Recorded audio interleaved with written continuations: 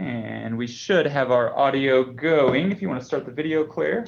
All right. Hey, guys. Thank you for your patience. We had everything tested, and literally right when we were hitting go, it all crashed on us. So I really appreciate all of your patience, and let's jump into it. So yes, thank you for joining us. This is part one of a two-part webinar series about computational thinking. And today is all about how to do computational thinking activities at your library without using any devices. We mentioned this before, but we love it when you guys use the chat box. Please talk with each other, ask us questions, but just make sure that you select to all panelists and attendees. The default is all panelists, and so that would come to us, but nobody else would see it. So make sure if you want to add anything, switch it to all panelists and attendees. All right, this will be recorded as Brooks mentioned, and if any of your colleagues are unable to join, you can access all of our archived webinars at our StarNet website, as well as on our YouTube channel. So be sure to check us out there if you can't today. And let's see, just a couple of quick housekeeping notes. You can alternate your screen view. So again, like what Claire said, if you want to go to a larger view of the video, you can link that out. You're not going to mess anything up for anybody else. If you want to click on speaker view or gallery view, I don't know if you're just getting a picture of my face right now. If you click on another button, let's see. Well, maybe we'll see if we can get my my face unpinned there. In the chat box, can you guys tell me in the chat box if you're seeing just a static image or if you're seeing a video? It's because we have two videos. Yeah. Or two cameras. A static image. Okay, great. Thank you. Just give us 1 second on that. And what we're going to do, Claire, let me take the. Thanks for your patience, guys. We had tested all of this before, and of course, technology likes to throw us curveballs.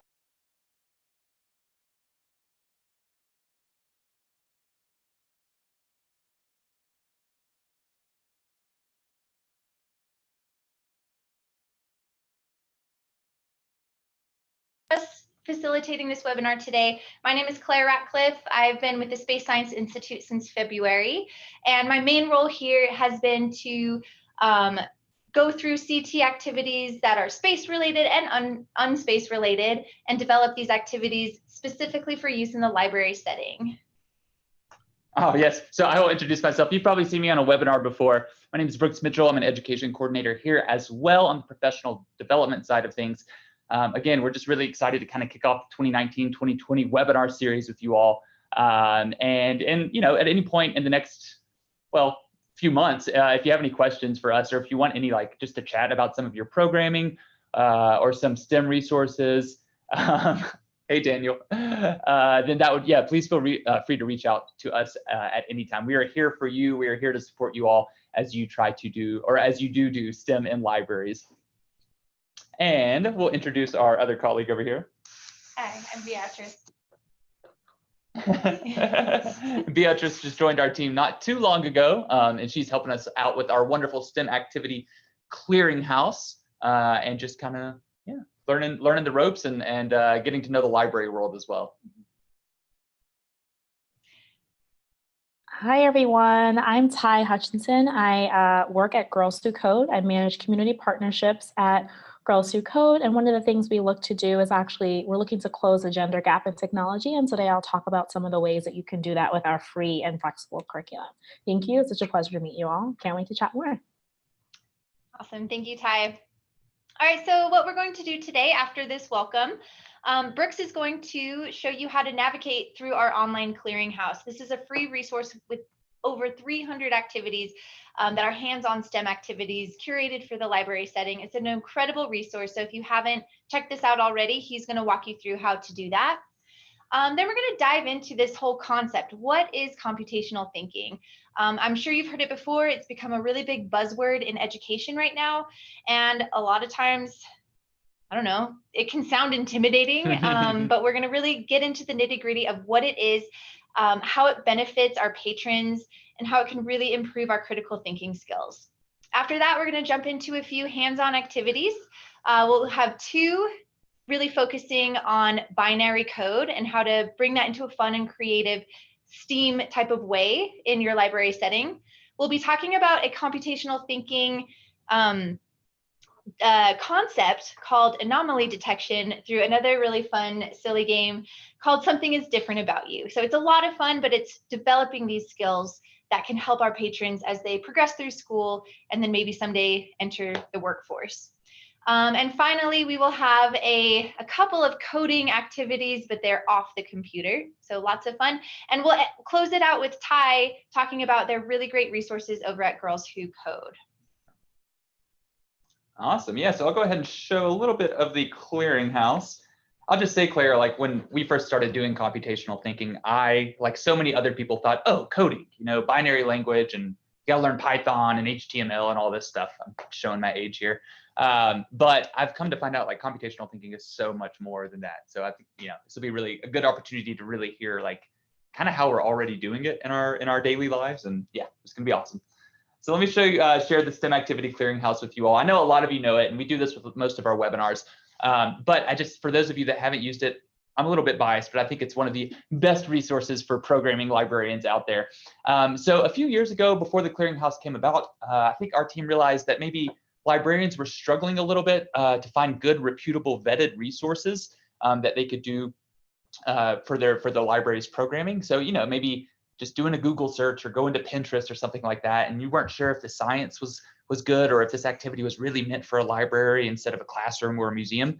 So our STEM activity clearinghouse was an effort to bring vetted resources, vetted hands-on activities that are usually pretty cheap.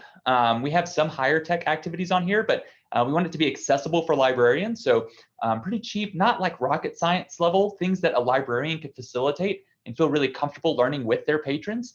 At first, you know, I kind of thought librarians don't like messes, so I need to find non-messy activities, but I'm coming to find that that is less and less true. And so, yeah, we've taken all these activities. We're actually up to about 365 STEM activities on our clearinghouse. So you can have a STEM activity for every day of the year if you want. And we've taken how-to videos from other resources, a lot of NASA images, a lot of, Daniel, have you met youth librarians? You've changed my mind, Daniel, trust me, yeah. And yeah, so anyway, we've just had, it's 365 vetted, free, hands-on activities with additional resources that can really help you with your programming. I'm just gonna show you really quick this one collection. So a collection is a bunch of activities that we've taken and put together. And if we go down here and we click on computational thinking, we'll see all the CT activities. And how many do we have on here? About like 68. Let me see if I can zoom in a little bit. Yeah, so we have 68 different computational thinking activities that we think would be good in a library setting. And let's say you're seeing this and you're like, okay, that's great, Brooks, you have 68 activities, but I need something specifically for my teenage audience. Well, you would just go over here, you would click on this box, teens. You can see we have 37 computational thinking activities that would be good for teens as well. And let's say, okay, Brooks, I've got like 30 minutes to do a program. What do you have for me there? We're gonna click right there. We have time needed to prep. So anyway, it's just a way, it's a set of parameters that you can sort out and further refine your selection of activities. If we click into one, let's go to squishy circuits. There's oftentimes a how-to video associated with it. That's either something that we or our partners at the Lunar and Planetary Institute, I don't know who I'm pointing to over here, have created, or it's a how-to video from another reputable source. We go down, we see some hints for uses in your library setting. So ways, let me just zoom in right there, ways that you can customize this activity and how it applies for a library. Some related links there, the originating source. And then we're working really hard to do this related books section. So we want to provide you with a kind of like a little bibliography if you want to go and find some good storytime books or some books to put in, you know, on display. We are always looking for suggestions for that. So if you go to that suggest a book, if you're like, oh, I've got a great book about circuits, just please let us know. And the last thing I'm going to do is go down here and show you our reviews. So we're really trying to get our clearinghouse reviews. Many of you have done a great job already leaving reviews for us. Thank you, Doug. And yeah, so anyway, it's just a way for you to leave feedback and for you to go through, and you can sort by those reviews later. You can see how other librarians did it, what they would do, what they wouldn't do next time. So yeah, that's our STEM Activity Clearinghouse. If you ever have any questions about it, please email Claire or I. Beatrice has been doing amazing work getting our number up to 365. So yeah, one for each couldn't have done it day. without her. Yep. All right, let me stop my screen share. If you want to start screen sharing again. All right. Thank you so much for that, Brooks. We'll jump back into it. Okay. Let's see. All right, we are going to start this next discussion off with a poll question. My question for you is, have you facilitated computational thinking activities in your library programs? The answers are yes, no, or I have no idea what computational thinking is. There is no right or wrong answer. We just want to get a read on how many of you are already doing this and how many of you you're here because you've never even heard this word before. So I'm going to give you about 5 seconds before we close it out. 4, 3, 2. And maybe give just a little bit longer, because if you have to click on the poll button on the toolbar. It's either going to be at the bottom of your screen or at the top of your screen. There should be a little button that says poll. Click on that, then vote. Cool. Yeah, so you can actually click into the poll itself. It should have popped up on your screen. Yeah. Looks like most of you have answered. Sweet. So I'm going to end it and polling. Okay, so these are our results. It looks like we have about a 50-50 split between yes and no, and a good deal of people, 25%, who said, I have no idea what computational thinking is, which is great. That is why we are doing this, and we really hope you walk away with a better understanding of what computational thinking is and how you can implement it in your library. Okay, next poll question. It's a nice segue, isn't it? Yeah, I can pull it up on my end, Claire. Great, thank you. What answer best defines computational thinking? Got a lot of this. Might have made it too obvious. It was a softball. Yeah. Awesome. I think that's about everybody. Give you just 2 more seconds if you want to change your answer. Okay, I'm going to end the polling. And go ahead and share the results. You guys did awesome on that. Yes, 94% of you got the answer correct. Thought processes used to evaluate complex problems and their solutions. So I threw this in there. The other answers can be a part of what computational thinking is, but they're only a part. So coding uses computational thinking, but that's not all computational thinking is. Building and designing computers, you're using computational thinking skills, but that's not everything. That's not all encompassing of what computational thinking is. And of course, thinking only in binary code. I threw that in there just for some giggles. But yeah, this is something that we actually use as humans on a daily basis. And you're probably already doing programs that involve a lot of computational thinking skills and you don't even know it. So that's part of what this is about, to try to take away the intimidating side of computational thinking and make it a lot more accessible, because this is something that innately as humans we do just to survive. All right, thank you for engaging in our polls, guys. Okay, so I'm going to throw this quote up here. It's one of my favorite quotes when thinking about what computational thinking or computer science is. Computer science is no more about computers than astronomy is about telescopes. Now, to me, what that means is computers are just a tool. And just like telescopes are a tool so that we can learn about the universe around us, computers are a tool that we can explore our own minds and we can explore the world around us. But it takes so much more than just the hardware to be a good computer scientist or to use computational thinking.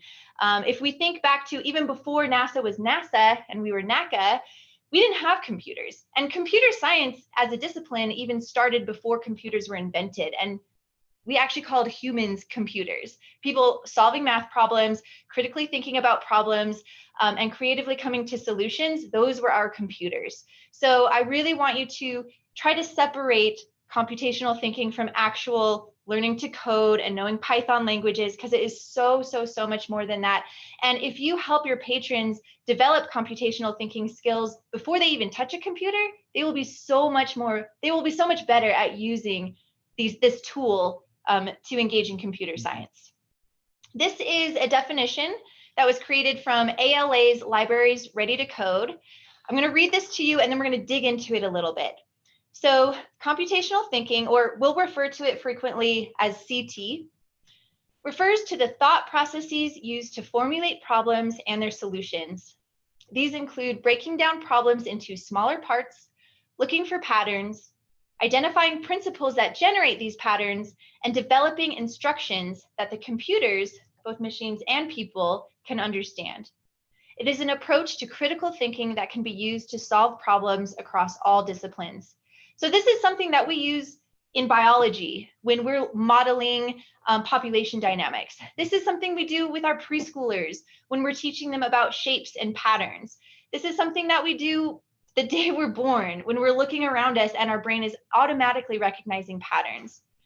So digging into this definition, like, so what? What did all of that mean? The three main things that I take away from that is decomposing a big problem into smaller pieces to solve, or as I say, divide and conquer. I often use these little 15 puzzle pieces as an example of an activity that you can do that is using computational thinking skills without a computer. You know that you have to get all of these numbers in order from 1 to 14, but you can't do that all at once. You have to break it down into simple steps. The next part, looking for patterns and identifying causes and effects. If any of you have done anything in terms of citizen science or making observations and making predictions, that's exactly what you're doing. You're utilizing these computational thinking skills. And finally, a big one is using algorithmic thinking. So when I was younger, when I was first starting out in my science education career, that term algorithm just freaked me out. I had no idea what it meant. It almost seemed like magic that some computer scientist would create some sort of thing that I had no idea how they did it, and it would make computers do things, and I just had no idea what that actually meant. But algorithmic thinking, or an algorithm in general, is simply just creating a series of instructions. So think about when you're trying to cook a meal. You're using algorithmic thinking. You're going step by step. You're following instructions to achieve a desired result. You're using computational thinking right there. Basically, you're making explicit what things that humans do implicitly without even realizing. Another example I like to use, an activity you can do with your patrons, is have them place themselves in order from height, shortest to tallest, without saying a word. They can do that really easily because we're implicitly always looking at things, measuring them, analyzing. They can do it really, really quickly. But then have them try to explain how they did that. Them being able to verbalize those thought process, that is computational thinking. Because we do all of these things automatically, but what we're doing when we are coding, when we are thinking computationally, we are explicitly putting into language what our brains already do implicitly. I haven't thought about that, trying to explain how I would differentiate. That would be really difficult. I think that's the key in a lot of these activities that you're already doing. If you want to take it to that next step and you're having your patrons develop those computational thinking skills, have them verbally go through and explain to you what they did, what their thought processes were. And there you go. There you have algorithmic thinking. And now the why. Why should we care? So how do CT skills help our patrons? By developing these skills, you're helping them to develop confidence in dealing with complexity, persistence in working with difficult problems. I don't know how many of you have tried coding a program or even tried one of these 15 puzzles. I was just doing it right before we started the webinar, and I was getting frustrated, and I just wanted to take out the pieces and put them in order, but I persisted.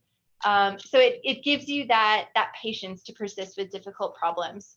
It gives them an ability to deal with open-ended problems, because oftentimes in computational thinking activities or in coding projects, there is no one right way to solve the problem. Just as there is no one way you could write a sentence to describe something.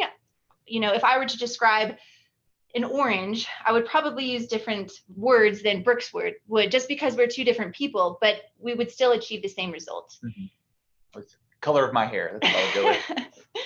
Ability to communicate and work with others to achieve a common goal or solution. And it enables kids to be creators rather than just consumers of technology. And that is super empowering. Rather than just playing a video game, some of the things that we're going to be going over today, and especially tomorrow in our Plugged webinar, really empowers kids to create the things that they love to do. All right, so now I'm going to throw this back at you guys. This time I do want you to answer in the chat box. But after hearing all of that and absorbing it a little bit, how can libraries help their patrons develop CT skills? What role do you guys play in this new world of, and not so new, but newly emerging world of computational thinking? And just as a reminder, Karen, you just put an awesome comment in there, but you sent it just to the panelists. So if you could type that to all panelists and all attendees under the to field. So maker spaces, yeah.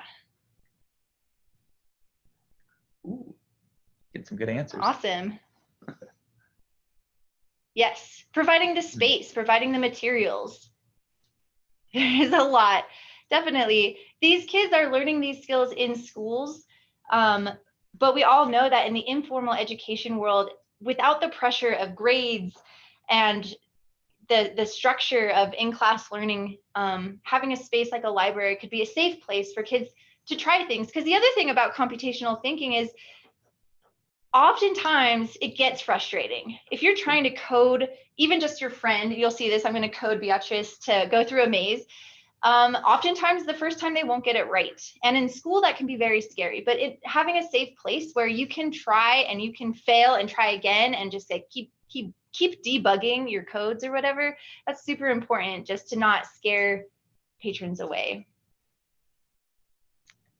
Awesome. Yeah, Julie, I think that's incredibly important. I'm not sure that they are getting this in school. And if they are, it may be in that really super formal, standardized way. As you're mentioning, like test taking is not always the best, most effective way to have a creative output. Yeah, so, especially for that open-ended learning. Yeah. So. Karen mentioned something about she was reaching out or she was in contact with her local school to do some computational thinking stuff. Awesome. STEAM programs. Yes, we are going to be showing you 2 STEAM computational thinking activities today.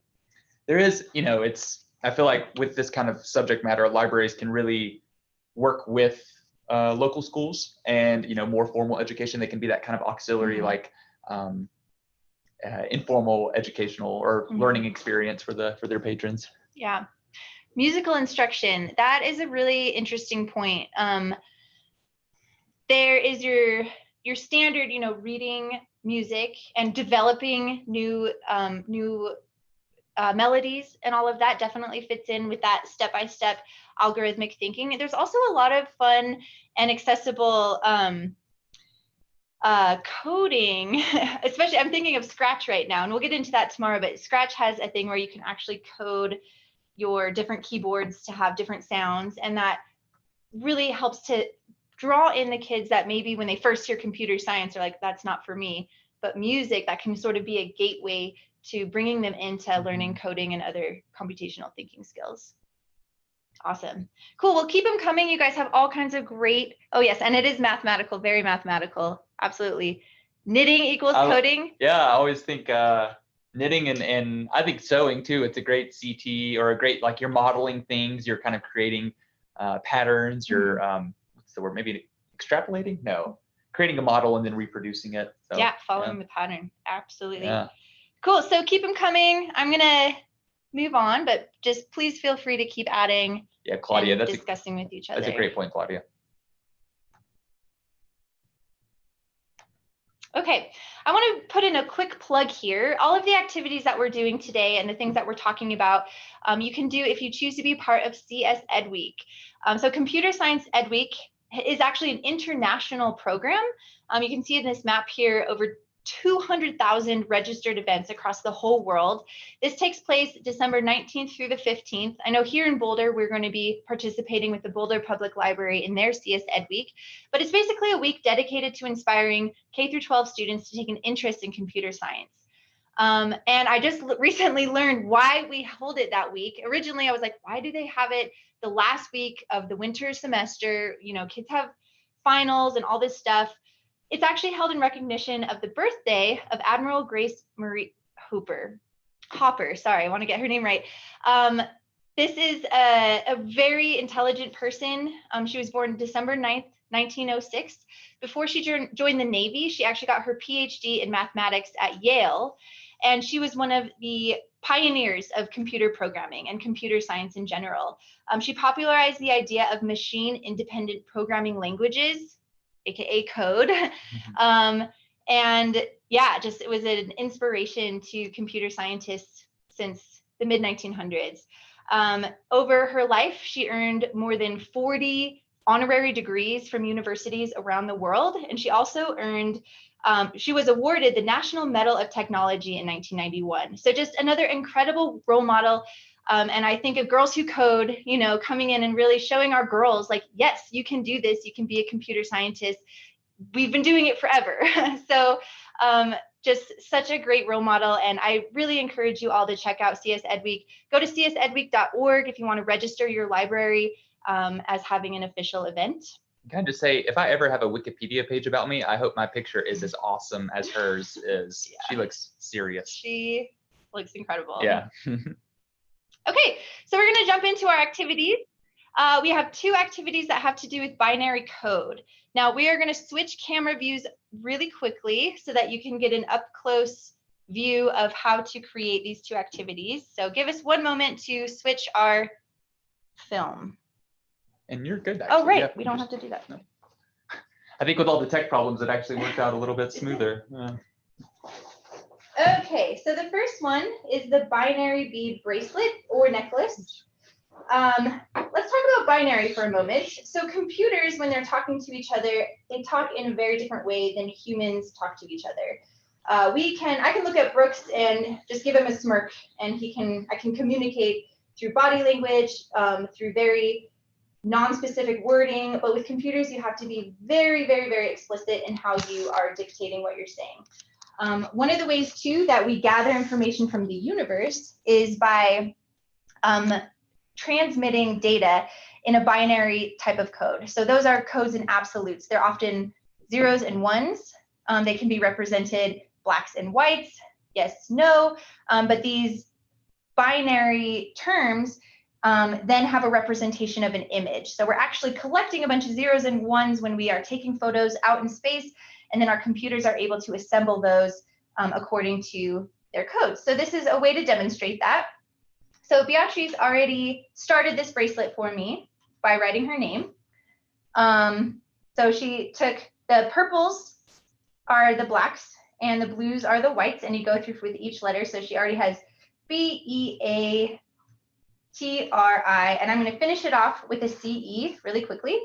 One tip for this activity that Beatrice came up with on her own, which I had never thought of and is really awesome. If you take a ice tray, it already has 8 spots set up for you, and each letter in this activity is represented by 8 different colors. So I already went ahead and did that. The next letter I'm going to do here is a C. So I've divided up my purples and blues here. I'll just go ahead and string these on, and the whites are to separate each letter so that you kind of have it's a little easier for the brain to see if they're separated with those white, or it could be a wooden bead, just some kind of bead that is a different color than the rest. Go through. Yeah, and somebody's saying right now, this could be a great passive program, especially with that ice tray tip. Yeah, absolutely. Yeah. Need to add that to our passive programming collection. Yes, we should. It does take a little bit of time. As you can see, each just letter is 8 different colors. So ways for modifying this, if you just don't have that much time, and my string is unraveling here. I think you get the idea. Ways to modify this if you just don't have the time to do all of this, maybe for younger kids, is just have them do their initials. We also on the Clearinghouse have another activity That's just the same, but it's using a little pin with little tiny beads. So you just do your initials. So that's a really great way. Again, yeah, if you want it to be a passive program and you don't want to deal with all of the materials, have them do their initials. Or with older kids, they can do a necklace with their full name. So that is our first of our binary activities. A great way to incorporate STEAM into these CT activities. Just please, I do ask that if you do this, try to get into what binary is, how scientists use it, just so that we are really hitting the science and technology side of it.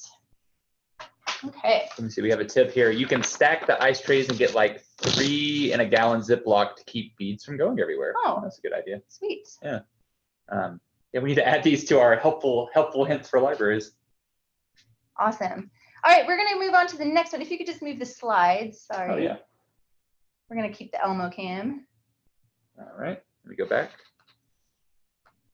All right, this one is very similar in terms of using binary code and to explain kind of how scientists, especially astronomers, when they're using computers to transmit images, they're actually translated using binary, using zeros and ones, which are then translated into images. So for this, you would have your patrons partner up.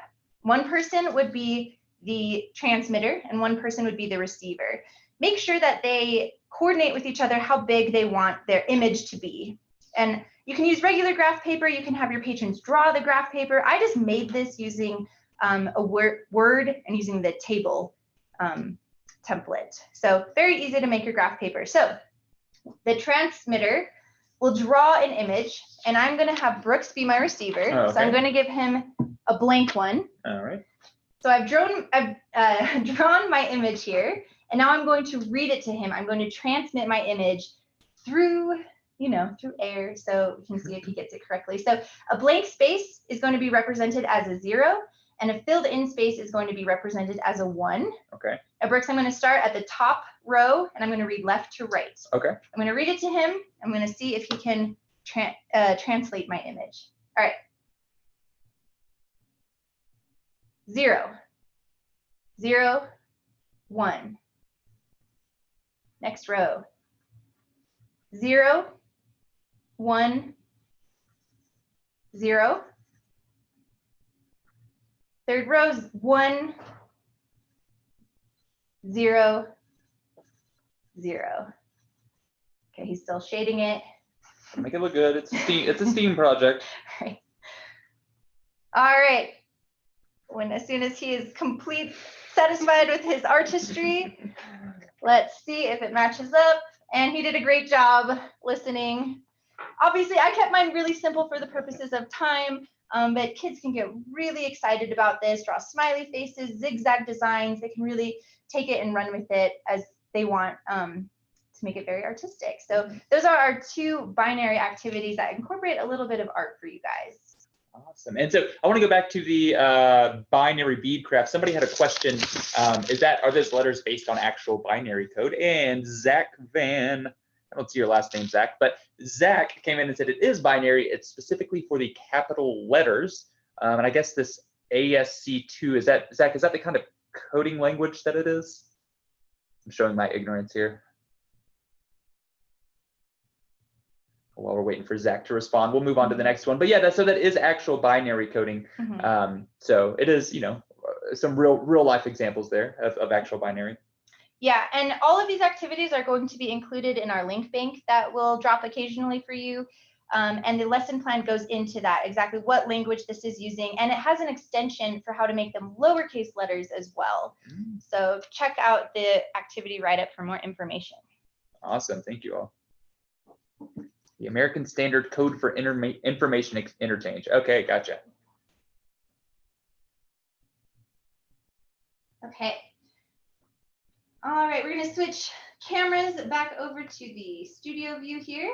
So we have another fun activity. All right, for this one, I'm going to have our volunteer, Yachis. This one, just my sunglasses. Oh, yes, okay. All right, this one is called Something is Different About You.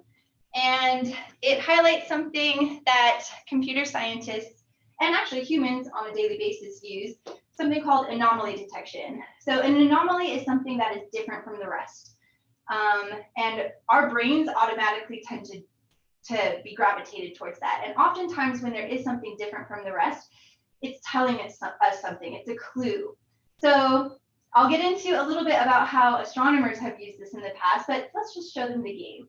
All right, so for this game, your patrons will face each other, pair them up into groups of 2, and I'm going to be patron number 1. Beatrice, you're patron number 2. All right, so we're going to look at each other. I want patron number 2 to just memorize me.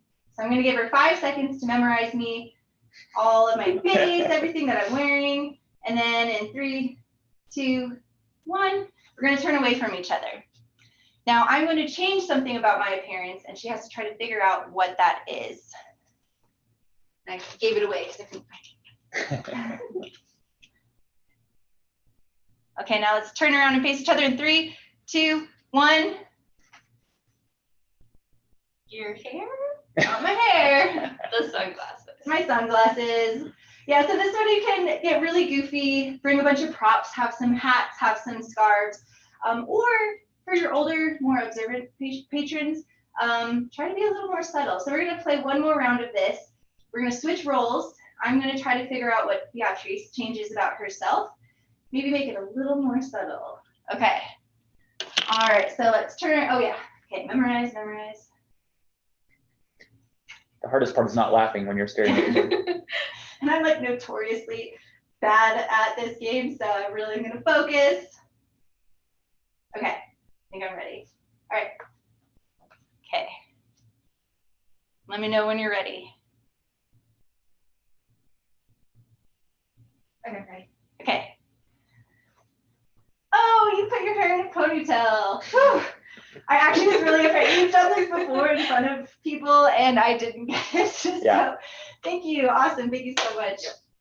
So yeah, a very fun and silly game to get patrons up and laughing. So I see somebody that says, this is cute. I could even do this with my preschool story time. This would definitely be a great younger kid activity. With that being said, when you had our staff do this as we were prototyping, we were cackling with laughter down the hallways. It was really fun. It's really simple, really easy, and it ties into STEM in such a great way too. I had a whole room full of Space Science Institute employees try this game out to see. I was like, is this fun? Do you guys like it? And I think that's the most I've heard you guys laugh since I've started working. Paul was almost crying. He was laughing so much. It's so funny. But to tie it back to some space science, this is something that astronomers have been doing for centuries. Before there were telescopes, we just had our eyes and we had the sky to look at, and we were looking for patterns, we were looking for changes. And in the 1930s, Clyde Tombaugh is the one who actually was able to use anomaly detection to discover a planet. So if you look in this picture, there's a before and after picture. You see an object move across the sky, and that movement indicated orbital movement, which indicated a whole new planet. So this is how we discovered Pluto. And what he would do, he actually would take images and he used something called a blink comparator, and he would just flip back and forth, back and forth, back and forth, just like you might in a find the differences worksheet, and notice that there was a change and wanted to know the cause and effect. So again, that's computational thinking before there were even computers. All right, we have one more hands-on activity for you guys. This one is called Mars Rover. This is a coding activity, but without using computers. So step one, you will set up a pretend Mars landscape. Mission Control would walk through and use a little program board to create a set of instructions, which are algorithms, right, for the rover to follow. Next, Mission Control reads the commands to the rover, who must follow them exactly. Blindfold is optional. We are not going to be using a blindfold today because we're in a new space and there's some boxes and cords.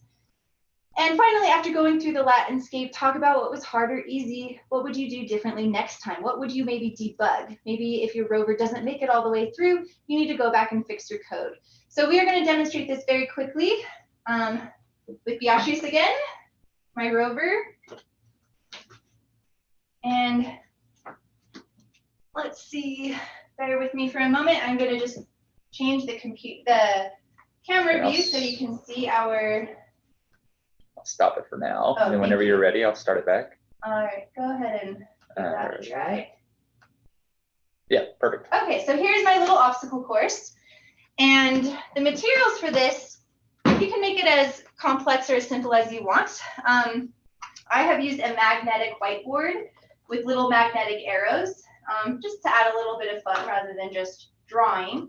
And I've already created my algorithm here. So I'm going to read it to my rover and see if she can pick up the Mars sample rock. Okay, move forward 1. Move forward 1. Move forward 1. Turn right 90 degrees. Excellent. Move forward 1. Move forward 1. Pick up sample.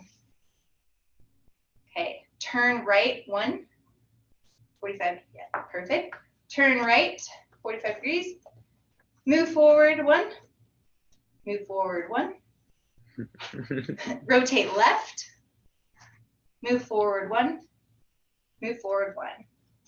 Awesome. Thank you very much. That was a very successful mission in retrieving our sample. But yeah, this activity fits in really well with stuff that your patrons may be doing on a computer coding program, where it really is step-by-step instructions to reach a desired goal. And again, I made this very short and simple, but you can use as much space as you want in this activity. If you have a gym or a field, make it a little more creative. Again, for the purposes of time, made it very simple. And for the purpose of cables on the ground. And cables on the ground. Yeah, we chose not to do, blindfold is optional. Please use your discretion. Safety is number 1. Yes. All right, if you could turn that camera off, we'll head back over. Yeah. Thank you.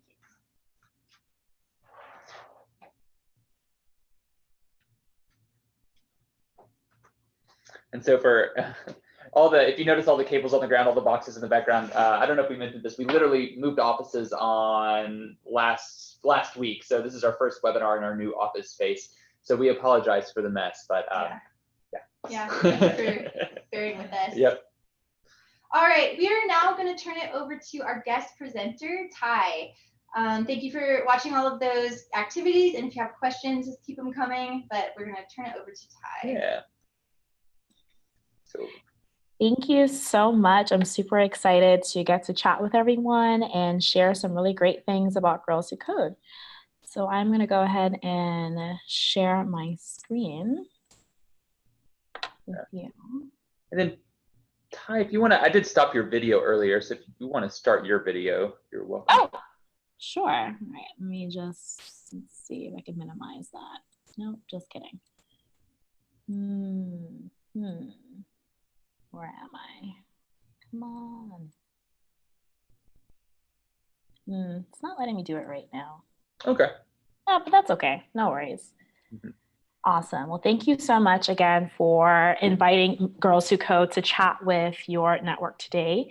I'm super excited to chat about Girls Who Code and our Unplugged curriculum and really discuss the approach that Girls Who Code uses to close the gender gap and how we help each invested community member develop their tech pipeline in their respective states through our free and adaptable plug-and-play curriculum model.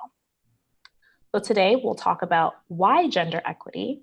We'll do a deep dive on what our Unplugged curriculum looks like and where you can access that. And then what are the next steps for launching a Girls Who Code club. So we'll start off with why gender equity. The tech industry is booming. By 2026, there is expected to be more than 500,000 jobs available, making computing the most sought after in the US job market, with demand growing 3 times the national average. However, only 19% of students who receive degrees in computing are women, and only 2% of students who receive those degrees in computing are women of color. We can't leave behind the ideas and innovations of half the population, nor can we shut girls out of the economic opportunity represented by the tech sector. On average, tech jobs pay over $100,000 a year. So, what are we going to do? Well, we realize that we need to make a change. So one thing that you're probably thinking, well, who do you serve and what is our Girls Who Code Club? Our club represents underrepresented students in STEM. We are always looking to work with students who have little to no access or exposure to computer science. And our clubs are free after-school programs for 3rd through 12th grade girls. to join our sisterhood of supportive peers and role models and use computer science to change the world. Our clubs are led by facilitators who could be teachers, librarians, parents, or volunteers from any background or field. Many facilitators have no computer science experience and actually learn to code alongside their club members with our comprehensive resources and support. So now we'll just do a quick Unplugged Curriculum deep dive of what some of our things that we offer at Girls Who Code. Our club programs are differentiated by age group and features the following. Our 3rd through 5th grade clubs, which is what we're talking about today, is our Unplugged Curriculum. And our 6th through 12th grade clubs is our plugged in curriculum, where every student has to have a laptop. Today, for the purposes of our Unplugged meeting, we'll talk more about our 3rd through 5th grade clubs. The time and logistics. Those clubs meet for about 5 to 10 sessions and for 45 to 60 minutes per session.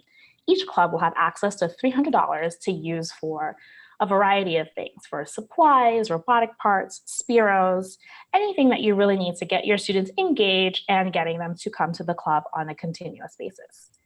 Our skill level, of course, is beginner, and curriculum features with Girls Who Code, we use the book club model.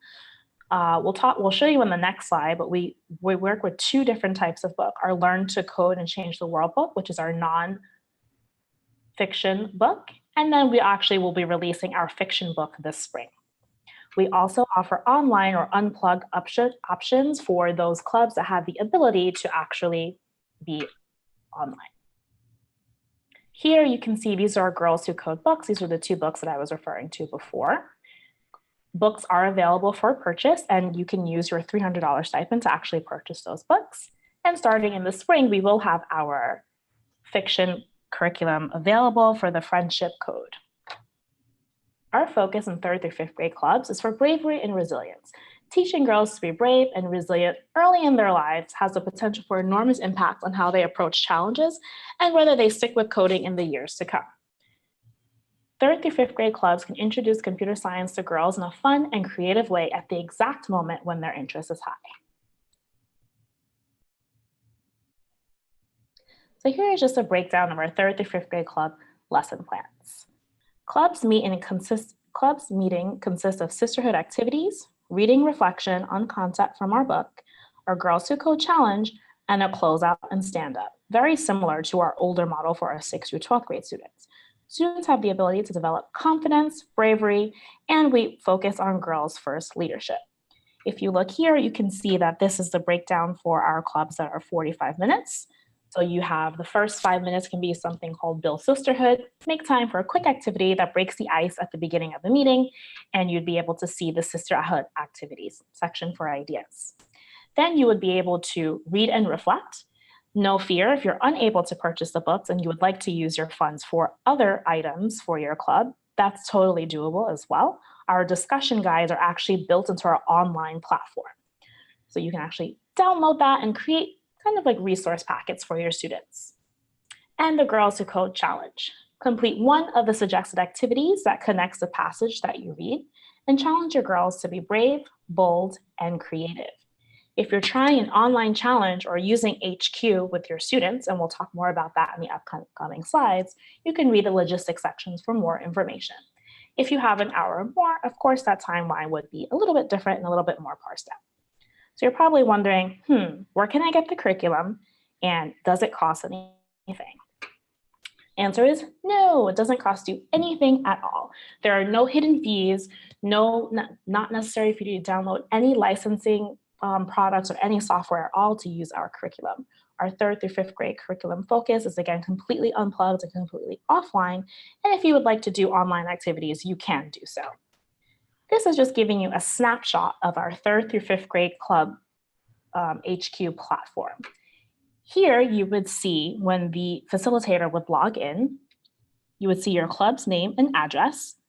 You would see the dates that your club meets, the times that your club meets, how many students are enrolled, and you have different options to change programs. So if you are a facilitator at Sandlapper Elementary and you decided that you want to launch a 3rd through 5th grade and 6th through 12th grade club, the facilitator would have the ability to change programs in this section here.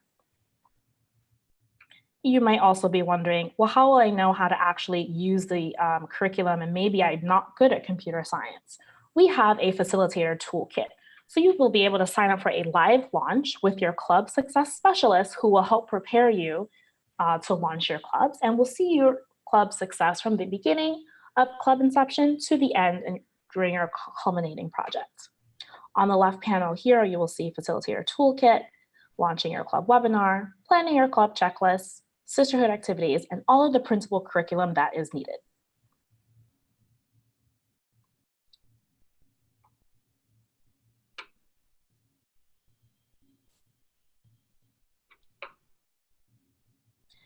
Sorry about that. I think my Wi-Fi just went out a little bit. Beyond the club, girls can tap into an alumni network. Super exciting, and club girls can learn the concept of loop, variables, conditionals, and functionals that form the basis for all programming languages, whether they want to build a website, an app, or a robot. So if you look further down, you'll see the Learn to Code and Change the World chapter guidelines, our Scratch tutorials if you would like to go online, and our friction curriculum that I mentioned that will be coming soon. There also is a feature on our HQ platform to actually really chat with your students and let them know what are different activities and what else is coming up down the pipeline for them. You can also click here as a facilitator to see a glimpse of the project gallery of all of the different activities that are submitted by different clubs across the United States. So now you're wondering probably what our impact is. So we really focus on closing the gender gap, and we're trying to think about it as a pipeline.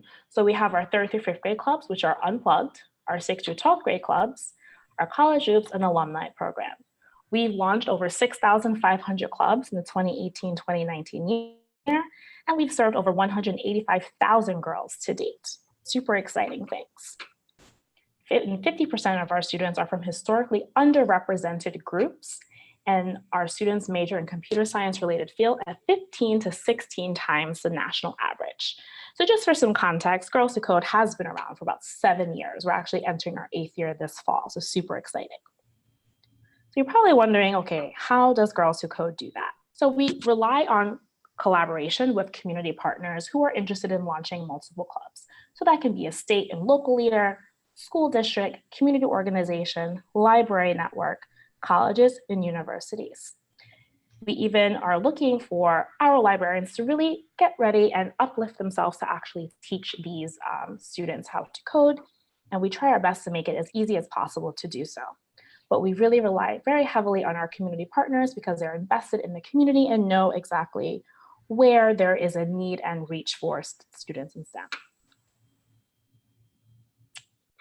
If you're an individual site that would like to launch a club, you'll be able to do so. You can actually just affiliate yourself with the large partner. For example, if you're Achievement First School, if your school is Sandlapper Elementary and Achievement First is your network and Achievement First is a partner, you would affiliate yourself with that partner once you launch a club. So you're probably thinking, I'm a little bit hesitant. I don't have any computer science experience. That's totally fine. I'll share this link out with Claire after, and you can really hear more about some of the testimonials from some of our Girls Who Code Club facilitators. Bethany is a facilitator in the Midwest who had no teaching experience, no formal computer science experience at all, and was really nervous if the club would be received well or highly attended. She was super glad that she was able to actually launch this club and realized she took the leap of bravery and was super excited, and her club was actually well received. And in just 3 weeks after they started the club grew from 2 members to 25. One of the things that Bethany denotes is the curriculum that Girls Who Code provides sets you up with literally everything that you need. You don't have to worry about curriculum. You can focus on building relationships with the girls. 3 things that her students learn is coding is more accessible to learn than it seems, and the payoff of struggling and persevering is really worth it. And working together always builds stronger results. So what's next? So what you'll need to actually launch a club, you'll need space. So space in a nonprofit location to host your club at least once a week. So that space can be in an after-school network, it can be at a library, large facility. You're also going to need book passages for the 3rd through 5th grade students. So remember, no need to actually purchase the books to launch your 3rd through 5th grade clubs. You can actually receive all of that on the online platform called HQ that we went through briefly. And then you'll need a facilitator and decision maker. Again, a facilitator can be anyone from a parent, a librarian, or anyone who is 18 and older and has the willingness and bravery to commit to actually teaching students how to code. What Girls Who Code provides. We provide logistic support. We have customizable club plans. We have student recruitment resources, our clubs fund, and our mini grants of $300. We are providing students with computer science skill, and we're providing the facilitators a computer science skill as well. And we're also pushing to make sure that the community that's investing in those girls feels supported and successful to actually help develop their own homegrown talent in their states, to actually teach students how to code and perhaps make a change in their community. How to get started. So you will create an account, takes about 5 minutes. You fill out the club's application, you get your approval email, and review resources that meet your your club success specialist. And when you're ready, you can launch your club. So if you look here from start to finish to launch your club, it's actually a pretty quick process. And some of our clubs actually, for example, would say today someone decides to sign up for a club, they can actually go through all of these steps and do it within a 24-hour period.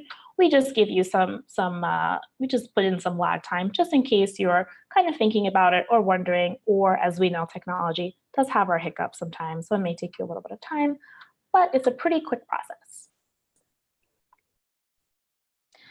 So if you're interested in launching an individual club, I will also share with Claire. You can actually click on the link here, and then you can also reach out to any of the Girls Who Code staff that oversee your state. So I'll leave the screen on for just a moment, and we'll also share that with Claire as well if you would like to reach out to the representative for your state. I am over Florida, Georgia, North Carolina, and South Carolina. Again, I'm super excited to have the opportunity to speak with you today. If you have any questions, please feel free to email me at ty.hutchinson@girlswhocode.com. And yeah. Thank you so much. Yeah, thank you, Ty. That was awesome. Questions, probably. I'm not sure if we have some time, but yeah, I could always answer them after the fact. Yeah, I'll just say real quick, for anybody that needs to log off right now, that is obviously completely fine. I'm going to put our survey, post-webinar survey in the chat box. We would just really appreciate your feedback on ways we can improve our webinars, or maybe if you have some content that you would really like covered in the future. So I know some folks, I didn't see any specific questions, I don't think, but if you do have questions for Ty, yeah, feel free to put them in the chat box and either she can answer them or I can relay them to her. Awesome. Yeah, thank you so much. So I don't know if you see this one. It says, can you talk a little bit about the college loop? Sure. So as we mentioned before, Girls Who Code, we're really trying to think about our students beyond just the club experience. So we really want to create that pipeline. So after students graduate from high school, we actually have about 30 campuses across the country right now. We're actually expanding this fall. I can't reveal the number just yet because we'll have our big reveal soon on LinkedIn. So super excited that we will have a Girls Who Code alumni who will actually support other students who are interested in computer science field. And what we do is we connect with those students, we make sure they're prepared for interviews, we make sure that they feel connected, that they feel heard during their journey after college and life beyond Girls Who Code. Very cool. Yeah, thank you, Ty. That was great information. And I think it linked back in well to the benefits that our patrons get from developing computational thinking skills in terms of that working together, persevering through some tough challenges, and just the pros that outweigh the cons for that. So we have another question. How can I check if my state is doing that? Yeah, I think it's a follow-up. Oh. Yeah, no, perfect. That's a really good question. Thank you for bringing that up. So if you're interested, you can go on our website. It's girlswhocode.com and then /locations. And you can actually zoom in to see, actually I can see if I can put that link in right now. So I'll put the link for I'll put that link in now so it'll be easier for everyone. Let me just put all panelists and attendees. Let's just start a club link and then our locations. Locations.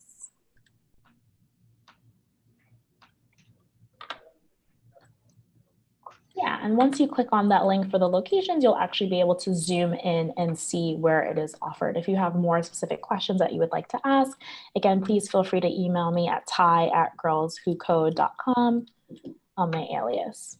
And I've included her email address in that link bank, and it looks like Ty just dropped it in as well. And yes, I think someone named Rob asked, Robin, is the curriculum completely unplugged if we don't have enough computers? So yes, that curriculum can be completely unplugged.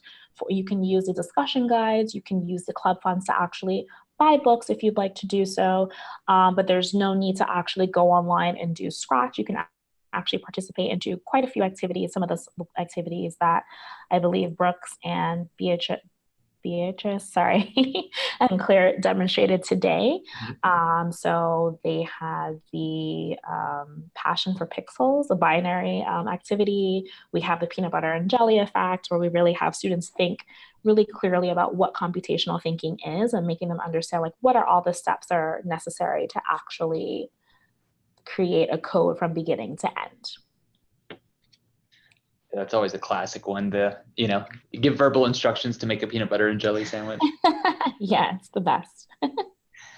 So guys, it is, we're past the top of the hour, so I'm afraid we'll need to close out for today, but we will be back again tomorrow. If you haven't registered, please go to our website and do that, and we'll look forward to seeing you then. I'm going to put the certificate of attendance in there one more time. We'll go ahead and say our goodbyes because I'll close out, so it'll redirect you all to our SurveyMonkey link. If you have any questions whatsoever, please contact one of us, and we will be happy to get things answered for you. So yep, and Ty will be back on tomorrow, so if you have more questions for her, you can ask her then, or just shoot her an email. So yeah, thanks this is one of the better chat interactions. I feel like you guys had some really great feedback and whatnot in the chat. So great participation. So cool. All right, we'll see you tomorrow, and have a great day. Bye. All right, thank you. Bye-bye.